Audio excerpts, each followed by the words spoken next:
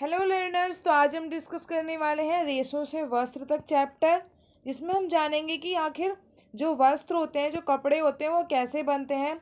तो रेशे से शुरू करेंगे। रेशा वो होता है, जैसे कोई कपड़ा होता है, उसके धागों कपड़ा किससे बनता है? धागे से। जब हम एक धागे को भी लेकर उसको हम और खोलते हैं तो हम उसमें बहुत छोटे छोटे बड़े बारीक बारीक से धागे और देखते हैं, उन्हें बोलते हैं रेशे। तो फिर हम इस चैप्टर में मेन पॉइंट्स ही पढ़ने वाले हैं। तो सबसे पहले मेन पॉइंट क्या आता है कि जंतुओं से प्राप्त किए जाने वाले रेशों को जांतव रेशे कहते हैं। ऊन के रेशे भेड़ अथवा याक के बालों से प्राप्त किए जाते हैं। रेशम के फाइबर रेशम कीट के कोकून से प्राप्त होते हैं। तो इसके बाद देखते हैं कि जो ऊन होती है, ऊन के बारे में जानते हैं। ऊन हमें ज़रूरी नहीं है कि हमें सिर्फ भेड़ से ही प्राप्त हो, वो हमें बकरी, याक, ऊँटों से भी प्राप्त होती है। ऊन प्रदान करने वाले इन जंतुओं के शरीर बालों से ढके होते हैं और जो उनके बाल होते हैं उसी से ही ऊन बनाई जाती है। बालों के बीच अधिक मात्रा में वायु आसानी से भर जाती है। वायु ऊष्मा की कुचालक है और अतः बाल इन जंतुओं को गर्म रखते हैं। ऊन इन रोएदार रेशों से प्राप्त होती है। तो हमें पता चला है कि ऊन किससे प्राप्त होती है।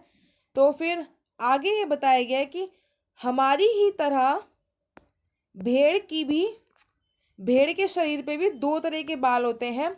एक होते हैं दाढ़ी के रूखे बाल और दूसरे होते हैं त्वचा के निकट अवस्थित तंतुरूपी मुलायम बाल। तंतुरूपी बाल ऊन बनाने के लिए रेशे प्रदान करते हैं। तो हम जो मुलायम वाले बाल होते हैं भेड़ के, उनको यूज़ करते हैं ऊन बनाने के लिए।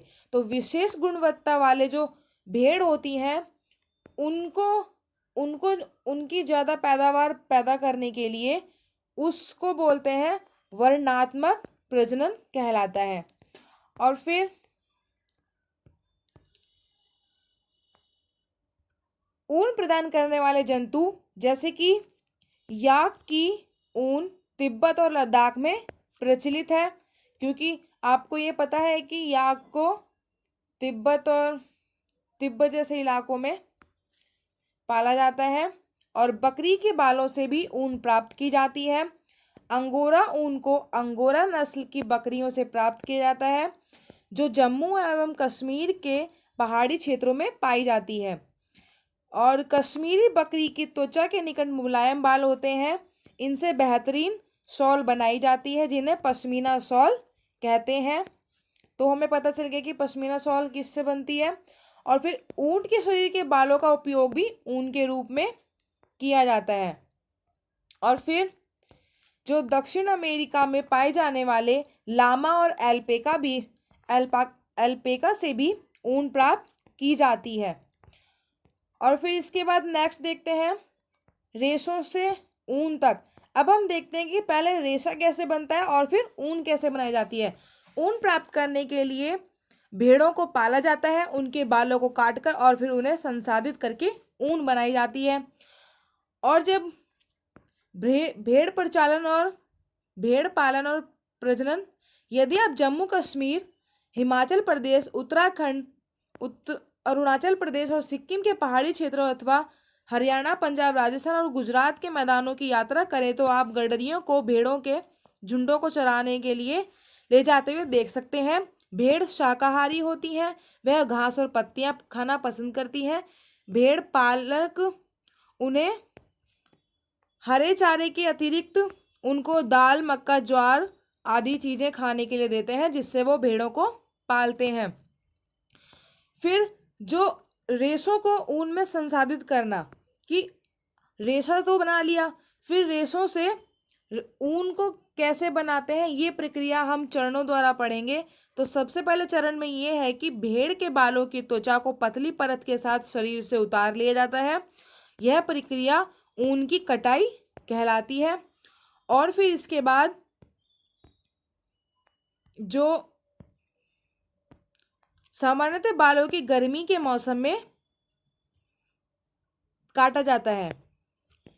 फिर इसके बाद सेकंड चरण आता है कि जो त्वचा सहित जो बाल उतारे जाते हैं उसको टंकियों में डालकर अच्छी तरह धोया जाता है और बालों को उस मौसम में निकाला जाता है जिस मौसम में गर्मी होती है, ताकि वो बिना बालों के भी रह सके।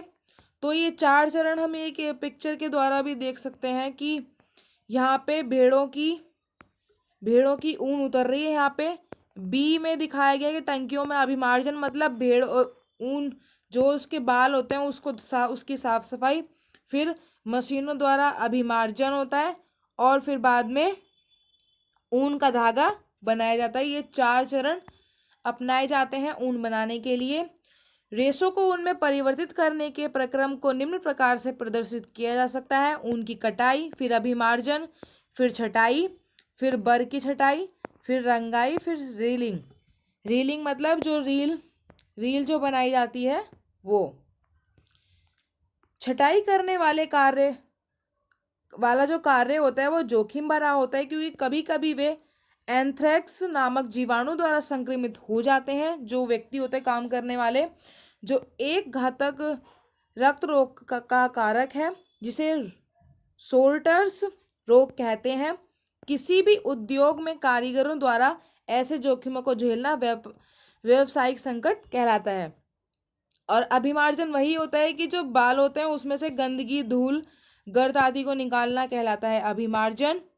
और जो विभिन्न गठन वाले बालों का पृथक्करण करते हैं अभिमार्जन में ही। और थर्ड चरण आता है, जो स्टेप आता है वो है कि जो बालों को सुखाया जाता है और इससे पहले बालों में से छोटे छोटे कोमल व फूले हुए रेशों को छांट लिया जाता है, जो बर कहलाते हैं। 5वां चरण आता है, रेशों की विभिन्न रंगों में रंगाई की जाती है, क्योंकि भेड़ अथवा बकरी की सामान्य ऊन काली, भूरी अथवा सफ़ेद होती है। और फिर लास्ट में चरण आता है रीलिंग, मतलब रीलों पर लपेटते हैं उसको। तो अब रेशों को सीधा करके सुलझाया जाता है और फिर लपेटकर उनसे धागा बनाया जाता है। लंबे रेशों को काटकर स्वेटरों की ऊन के रूप में बना दिया जाता है। अब अपेक्षाकृत जो रेशे होते हैं, रेशों को काट कर ऊनी वस्त्रों में बुनने के लिए उपयोग करते हैं। फिर देखते हैं अब रेशम के बारे में। रेशम कैसे बनता है? रेशम भी एक जांतव रेशा है, मतलब जंतुओं से प्राप्त होने वाला है। और जो ये होता है, रेशम के कीट रेशम के फाइबरों को बनाते हैं।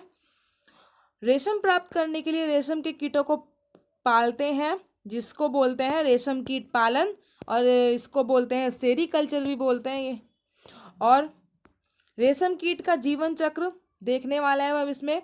मादा रेशम कीट अंडे देती है, जिससे लार्वा निकलता है, जो कैटरपिलर, झिल्ली या रेशम कीट कहलाते हैं। ये आकार में वृद्धि करते हैं जब कैटरपिलर अपने जीवन चक्र की अगली अवस्था में प्रवेश करने के लिए बड़े होते हैं। और फिर एक यहाँ पर भी है कि जो रेशम उत्पादन में चीन विश्व में पहले स्थान पर है और भारत भी प्रमुख रेशम उत्पादक देशों में गिना जाता है। और तो ये प्यूपा कहलाता है, जो अपने इर्द गिर्द एक जाल बना लेता है। जो रेशम होता है, जो प्यूपा जो होता है वो अपने चारों तरफ एक धागे की संरचना से काफ़ी अच्छी सी गोल गोल सा अपने चारों तरफ बना लेता है, उसे बोलते हैं प्यूपा। और फिर जल्दी ही कैटरपिलर स्वयं को पूरी तरह से रेशम के रेशों से ढक लेते हैं और प्यूपा बन जाता है, जब आवरण कोकून कहलाता है। प्यूपा तो उसके अंदर होता है, जब वो उसको ऐसे ऐसे करके बना लेता है, अपने आप को ढक लेता है, उसे बोलते हैं कोकून। कोकून से ही हमको रेशम प्राप्त होता है।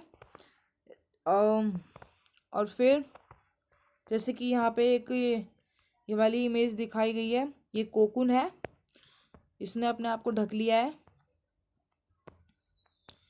फिर है रेशम का धागा, रेशम कीट के कोकून से प्राप्त रेशों से तैयार किया जाता है।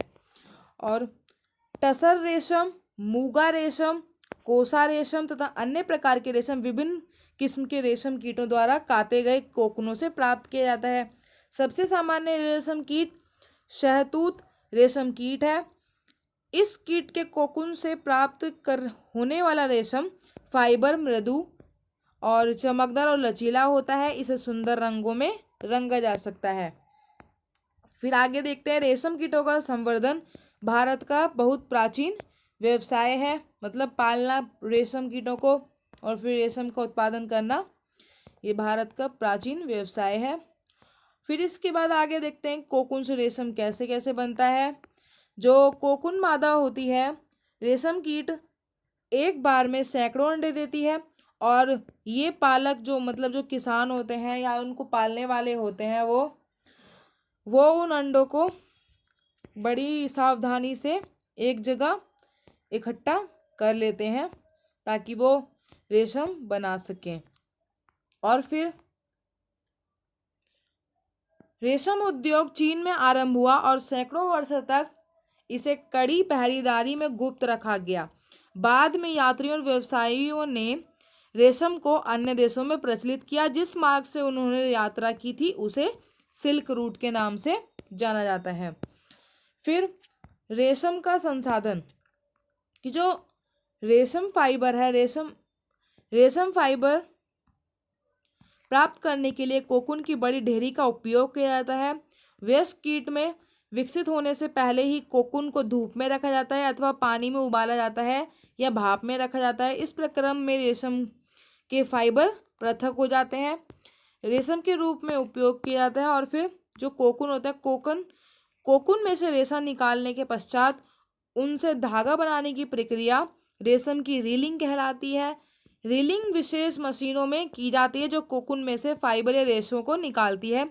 फिर रेशम के फाइबरों की कताई भी की जाती है जिससे रेशम के धागे प्राप्त किए जाते हैं। बुनकरों द्वारा रेशम के इन्हीं धागों से वस्त्र बुने जाते हैं। तो हमारे यहाँ पे होता है चैप्टर खत्म। तो हमने इस चैप्टर में बहुत सारे मेन पॉइंट्स पढ़े हैं। वीडियो अच्छी लगी लाइक करें, अपने दोस्तों के साथ भी शेयर करें ताकि आपको मेरी वीडियो, अगर आपको मेरी सारी वीडियोस देखनी है तो मेरे चैनल को सब्सक्राइब करें। Thank you.